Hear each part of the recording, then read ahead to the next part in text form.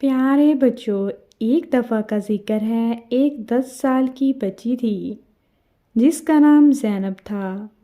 اسے چڑیاں بہت اچھی لگتی تھیں۔ اڑتی پھدکتی چڑیاں دیکھ کر وہ بہت خوش ہوتی۔ آسٹریلین اور ہرے ہرے طوطے اسے خاص طور پر اچھے لگتے تھے۔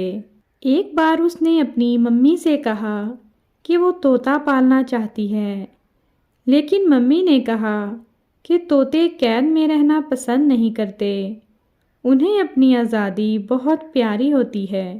تم ان چڑیوں کو دیکھ لیا کرو جو ہمارے گھر کے سامنے درختوں پر بیٹھی ہوتی ہیں۔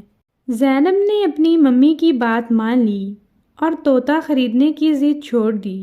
اسکول سے آنے کے بعد وہ اپنے گھر کے سامنے لگے ہوئے درخت کے قریب آئی اور چڑیا سے باتیں کرنے لگی۔ ایک دن زینب جب اپنے کمرے میں آئی تو اس نے دیکھا کہ ایک آسٹریلین طوطا اس کے کمرے میں بیٹھا ہوا ہے۔ اسے وہ رنگ برنگا طوطا بہت پیارا لگا۔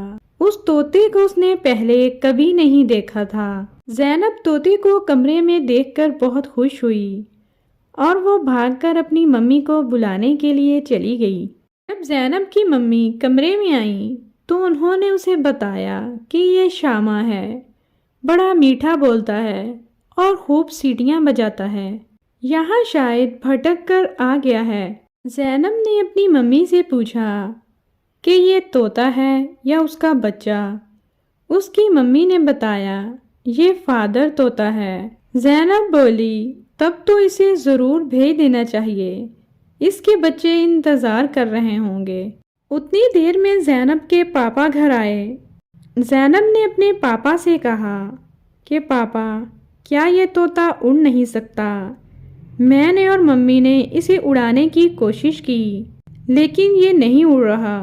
جب سے آیا ہے خاموش ہو کر بیٹھا ہوا ہے، کیا یہ بیمار ہو گیا ہے؟ اس کے پاپا نے اسے بتایا نہیں بیٹا، یہ اپنے جن دوستوں کو چھوڑ کر آیا ہے ان کی وجہ سے اداس ہے، 1-2 دن تک ٹھیک ہو جائے گا۔ مگر زینب کو چین نہ آیا۔ اچانک زینب کو یاد آیا کہ ان کے ہمسایوں کے گھر طوطے ہیں، شاید یہ طوطا ان کا ہو۔ اس نے یہ بات اپنے ممی پاپا کو بتائی اور ہمسایوں کے گھر کی طرف چل پڑی۔ جب وہ ان کے گھر پہنچی تو ان سے پوچھا کیا آپ کا کوئی طوطا کھو گیا ہے؟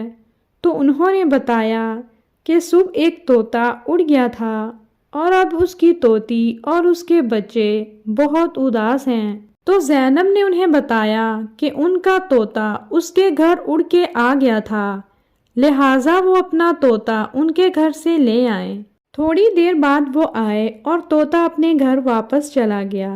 اس طرح زینب کی کوشش سے طوطا اپنی فیملی سے مل گیا۔